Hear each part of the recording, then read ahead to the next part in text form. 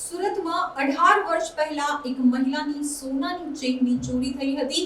આ સોનાની ચેઇન 18 વર્ષ બાદ તે મહિલાને પરત આપતા મહિલાની આંખમાંથી આંસુ સરી પડ્યા હતા।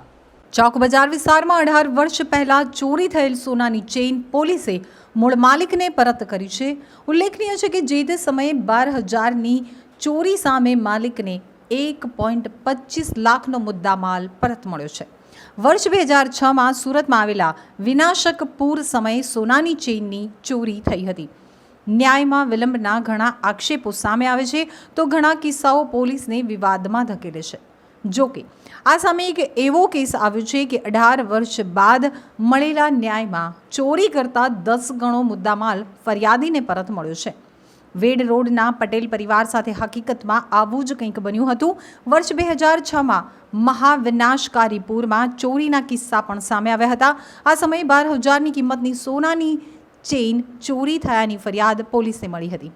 વેડ રોડ ધ્રુવ તારક સોસાયટીમાં રહેતા અંજનાબેન હસમુખ પટેલના ઘરમાં પણ પાણી ઘૂસી જતા ખૂબ જ નુકસાન થયું હતું। અધૂરામાં પૂરું તેમના ઘરને તસ્કરોએ નિશાન બનાવી ચોરી કરી ગયા હતા। આ ઘટના બાદ થોડા સમય પછી ચોર પકડાઈ ગયા હતા। મુદ્દામાલ પણ રિકવર કરાયો હતો। અદાલતનો આદેશ ન હોવાથી ચોક બજાર પોલીસ મથકની તિજોરીમાં મુદ્દામાલ તરીકે ચેઇન જમા રાખવામાં આવી હતી। આ વાતને આજે 18 વર્ષ વીતી ગયા એક તબક્કે અછોડો મળવાની આશા ગુમાવી ચૂકેલા પરિવારના ઘરે મંગળવારે દરવાજે ટકોરા પડ્યા હતા। દરવાજે પોલીસને જોઈ અંજનાબેન પહેલા તો ગભરાઈ ગયા હતા, પરંતુ પોલીસ કર્મીએ કહ્યું કે તમારા ઘરમાં થયેલ ચોરીના મુદ્દામાલ માટે પોલીસ સ્ટેશને હાજર થવા અધિકારીએ સૂચના મોકલી છે। વર્ષ 2022માં કોર્ટ દ્વારા સોનાની ચેઇન અંજનાબેનને મળે તેવો આદેશ કરવામાં આવ્યો હતો, પરંતુ પ્રક્રિયા ક્યાંક અટકી પડી હતી। પોલીસ ઇન્સ્પેક્ટર વીવી વાગડિયાએ મહિલાને તેમના ઘરેથી ચોરી થયેલી 2 તોલા વજનનો સોનાની ચેઇન પરત કરી હતી। 18 વર્ષે અછોડો પરત મળતા મહિલાની આંખમાંથી પોલીસ ઇન્સ્પેક્ટરની હાજરીમાં જ આંસુ આવી ગયા હતા। અછોડો પરત મળ્યો ત્યારે સોનાનો ભાવ 10 ગણો વધી ગયો છે।